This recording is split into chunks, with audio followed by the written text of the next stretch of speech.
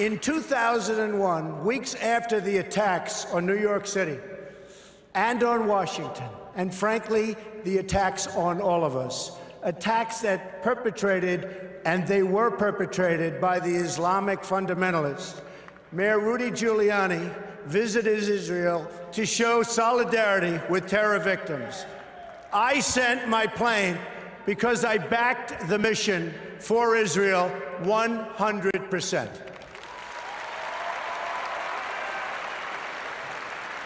I went down to the scene and we set up headquarters at 75 Barclay Street, which was right there with the police commissioner, the fire commissioner, the head of emergency management, and we were operating out of there when we were told that the World Trade Center was going to collapse. And it did collapse before we could actually get out of the building, so we were trapped in the building for 10, 15 minutes and finally found an exit and got out, walked north, and took a lot of people with us. Giuliani, in his own words, has admitted that he was warned that the World Trade Center was going to collapse.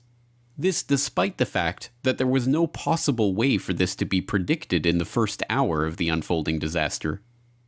Even more incredibly, despite being given this warning, no effort was made to pass it on to the police, firefighters, and other responders who were still working in and around the buildings.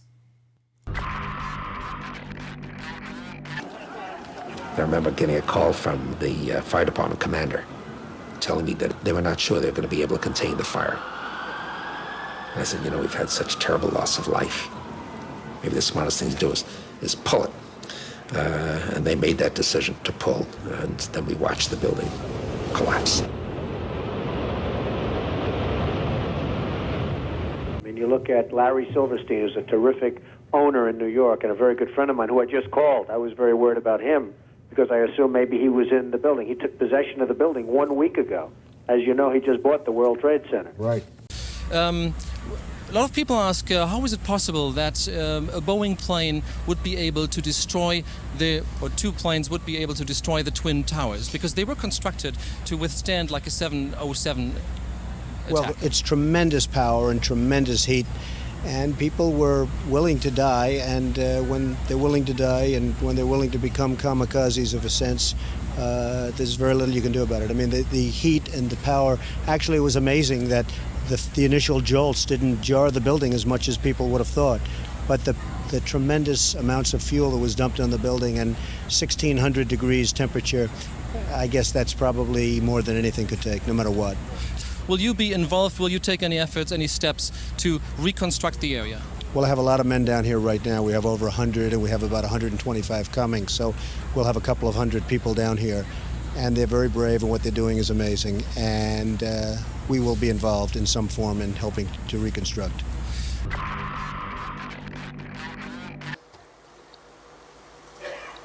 The building is going to contain not 2 million feet, but 1.7 million. And that's one of the sacrifices we have to make. I said, let's make it, and let's get on with it. And so, next thing you know, we've got the designs of a building. And the first design meeting was in April of 2000. And construction began shortly thereafter in 2002.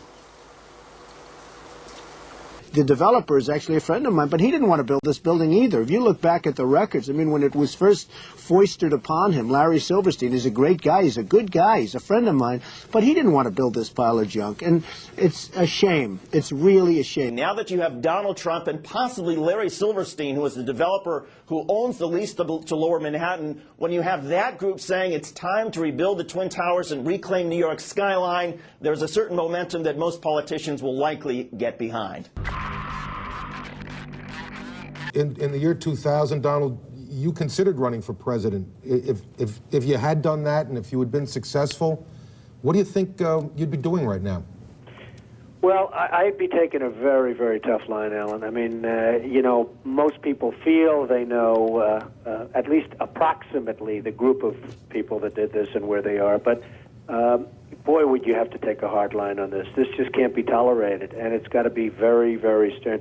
This is, as you and I were discussing before, Alan, this was probably worse than Pearl Harbor. Many more people are dead, and this country is different today, and it's going to be different than it ever was for many years to come.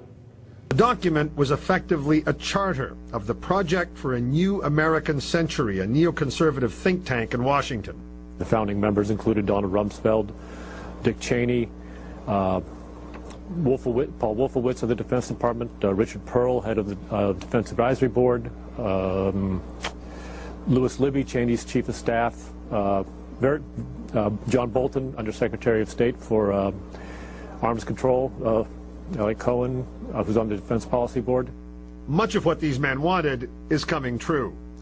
They urged that the U.S. abandon the anti-ballistic missile treaty. It has. They wanted establishment of more permanent U.S. military bases abroad. That is happening in the Philippines and in Georgia and will likely happen in Iraq. They urged regime change as a goal of foreign wars, not just in Iraq. They wanted the U.S. as a global constabulary, their word, unburdened by the UN or world opinion, preventing any challenge to U.S. dominance. But, they wrote, a year before September 11th, such aspirations are unlikely to be realized without a catastrophic and catalyzing event, like a new Pearl Harbor. What we need to stand up and say is not only did they attack the USS Liberty, they did 9/11. They did it. I have had long conversations over the past 2 weeks with contacts at the Army War College, at Headquarters Marine Corps, and I've made it absolutely clear in both cases that it is 100% certain that 9/11 was a Mossad operation, period. First, the disbelief, and what I show them immediately afterwards is an interview with a demolitions expert named Danny Jawenko, and it shows the third building at the World Trade Center going down. And they look at that, and I said, now you understand that if one of the buildings was wired for demolition, all of them were wired for demolition. And that's it. That's the tipping point. Getting into arguments about who was flying what and where they were and whether there was nanothermite, those things are true, but they're incidental.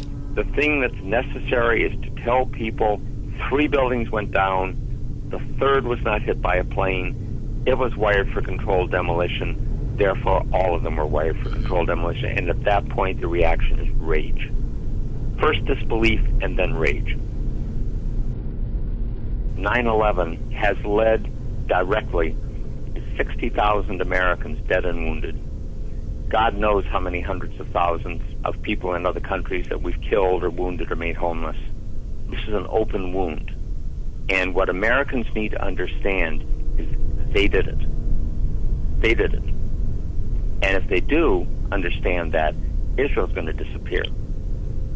Israel will flat-ass disappear from this earth. I sent a film to one of my colleagues, and it basically had Americans grieving over their dead coming back. And I showed one of them, it was a woman just wrenched by grief, over her dead soldier. And I said, if Americans ever know that Israel did this, they're going to scrub them off the earth. And they're not going to give a rat's ass what the cost is. They are not going to care. The first thing, Mark, is astonishment. They didn't know. They truly didn't know. And these are not unintelligent people. They really didn't know.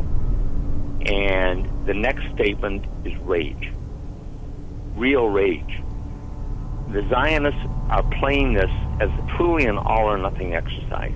Because if they lose this one, if the American people ever realize what happened, they're done. The military has not been bought. The military is loyal, but it has not been bought.